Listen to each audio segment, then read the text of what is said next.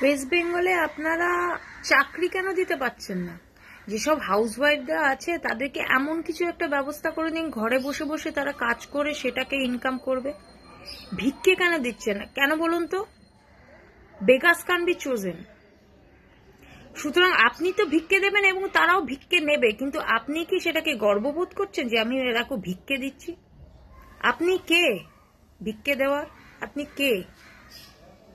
আপনি নিজেও স্লাম থেকে উঠে এসেছেন, কি বলছেন? চপ ভাজো, গরিব থাকো। তাহলে আপনি কেন গরিব থাকলেন না? আপনার তো সবার আগে গরিব থাকা দরকার ছিল। আপনার এত লোভ কেন? গোয়ার যে এক্স চিফ মিনিস্টার ছিল, যিনি মারা গেলেন লাস্টে কিডনি ফেলিওরে, কিভাবে সাধারণভাবে জীবন কাটাতেন বলুন তো? আপনি কেন ওরভাবে জীবন কাটাতে পারছেন না?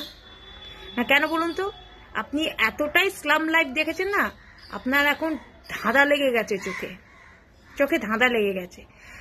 ওয়েস্ট বেঙ্গলকে কেন ভাতা হিসেবে বলা হয়? আপনি দিলে কাজ দিন না, সবাইকে কাজ দিন, মাথা উঁচু করে চলবে। আর আপনাদের মহিলাদেরকে বলে, আপনাদের কি কোনো লজ্জা নেই?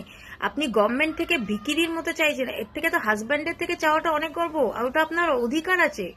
হাজব্যান্ডের পকেট ঝাড়া, হাজব্যান্ডের কাছে আবদার করে চাওয়াটা অনেক গর্ব, কম্পেয়ার টু এই যে হাত পেতে যে 1000 টাকা করে নিচ্ছেন, এটাতে কোনো গর্ব নেই কিন্তু।